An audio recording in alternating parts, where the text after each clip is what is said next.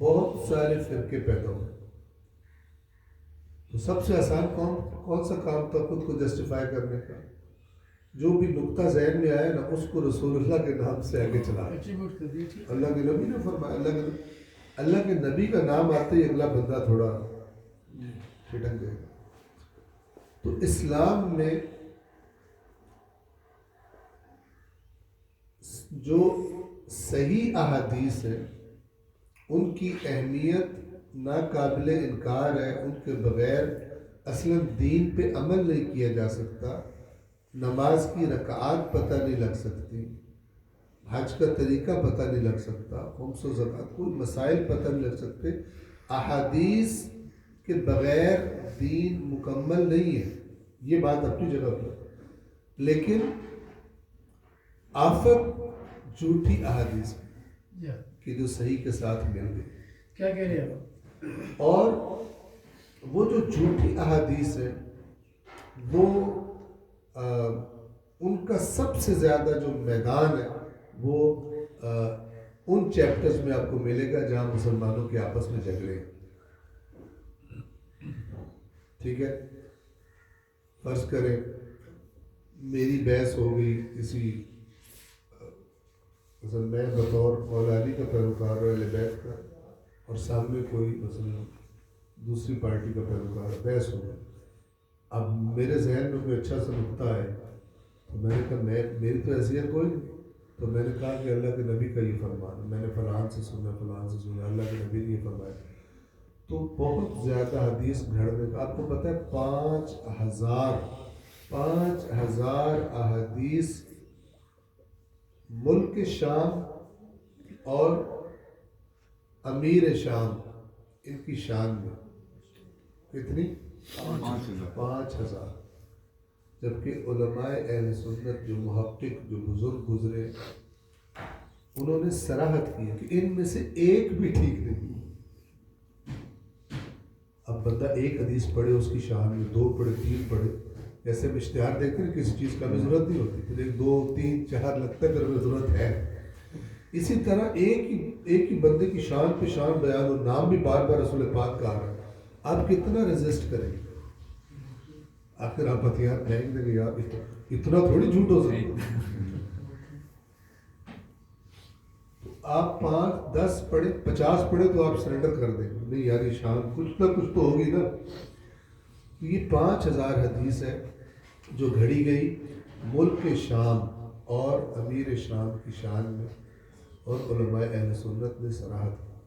یہ میں آپ کی خدمت میں بیان کر رہا ہوں کہ ایک مشہور و معروف یہ واقعہ ہے. آپ کو پتہ ہے کتب اہل سنت میں سے حدیث کی کتابوں میں سے 6 کتابوں کو صحیح کہا جاتا ہے. ان میں سے ایک سنن نسائی. نسا ایک علاقہ ہے مشہد کے پاس، یہ وہاں کے تھے. اہل سنت میں حدیث کے اعتبار سے یہ امام گنے جاتے ہیں، یعنی بہت بڑے امام نسائی. ان کی کتاب السنن معروف ہے صحاح 6 میں.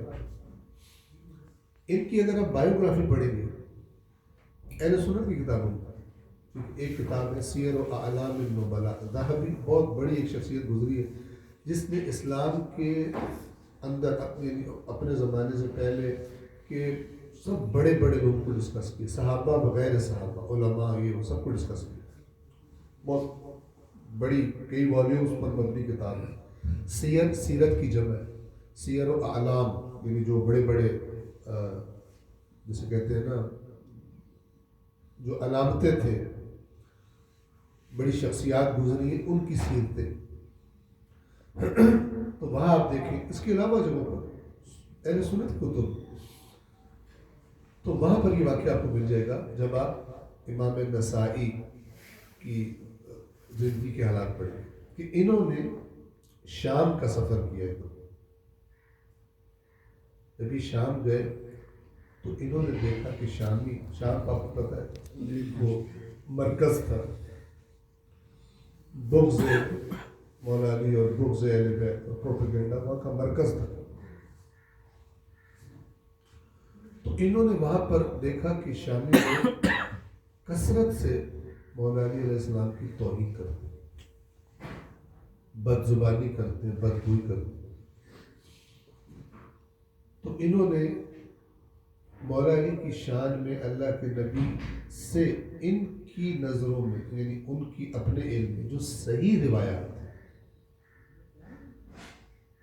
وہ انہوں نے اکٹھی کر کے ایک کتابی شکل میں، جو آج اہل سنت کم اور شیعہ زیادہ چھپواتے ہیں، انہوں نے وہ کتاب، اس کتاب کا عنوان ہے خصائص الامام یا خصائص امیر المؤمنین علی بن ابی طالب، یعنی علی ابن ابی طالب کی خصوصیات، ان کی صفات، اور اس میں اللہ کے نبی کے فرامین لے کے آئے جو مولا علی سے مربوط ہے.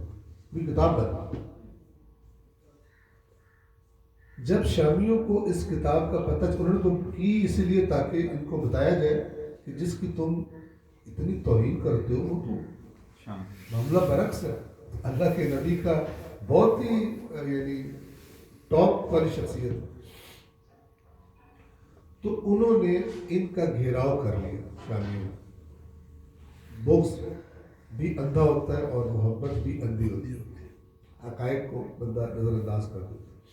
جس سے انسان کو بہت محبت ہو اس کے عیب چھپاتا ہے، نہیں سننا چاہتا، اور جس سے بغض ہو اس کی اچھائی نہیں دیکھنا چاہتا.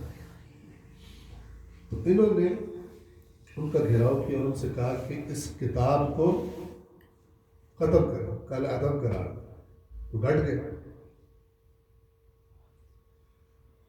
جب وہ یہ مطالبہ نہیں مانے تو پھر انہوں نے دوسرا مطالبہ یہ کیا کہ چلو اگر تم وہ نہیں مانتے تو پھر تم ایسا کرو کہ امیر شام کی شان میں جو اللہ کے نبی کے فرامین ہیں وہ لے کر آؤ.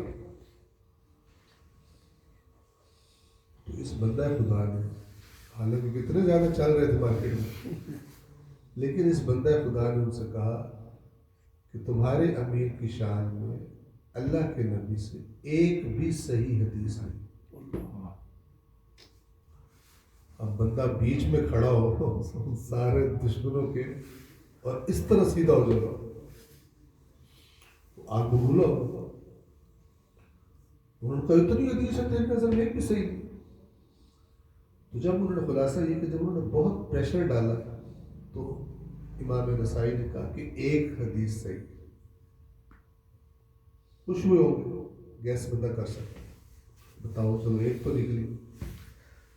تو اس نے کہا کہ اللہ کے نبی نے بددعا دی تھی اسے، تمہارے امیر کو، کہ اے اللہ اس کا پیٹ کبھی نہ بھرے، اے اللہ اس کا پیٹ.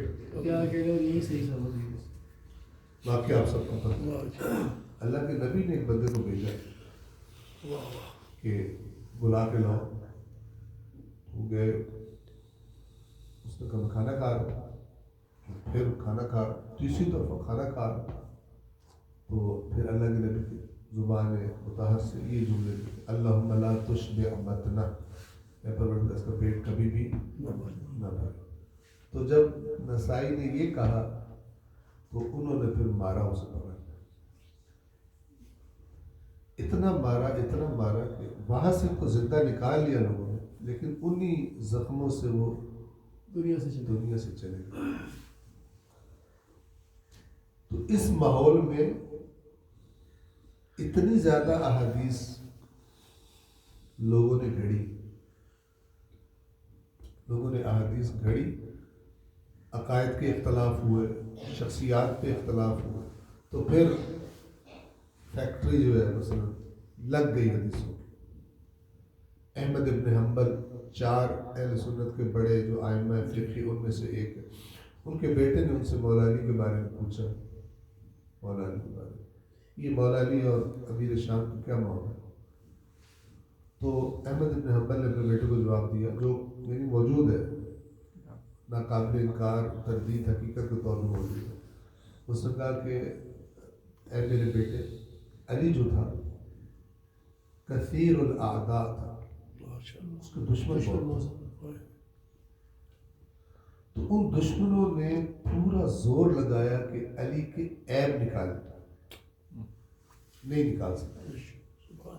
ان کو علی کے جب عیب نہیں ملے تو پھر انہوں نے اس شخص کی فضیلتیں گھڑی جو علی کے مقابلے پہ آئے تھے. علی میں اسے کوئی عیب نہیں ملا ان کو، دشمن تو بہت تھے، پھر جو علی کے مقابلے پہ آئے تھے امیر شام، ٹھیک ہے، پھر انہوں نے اس کے تو اہل سنت کے جو حدیث کے امام ہیں ان کے نزدیک ان کے تقریباً 5000 حدیثوں میں سے ایک بھی ٹھیک نہیں. 5000 کہنا آسان ہے، 5000 حدیث. تو یہ موضوع تھا جس کے بارے میں اللہ کے نبی کو بھی معلوم تھا اور اہل بیت اطہار کو بھی معلوم تھا.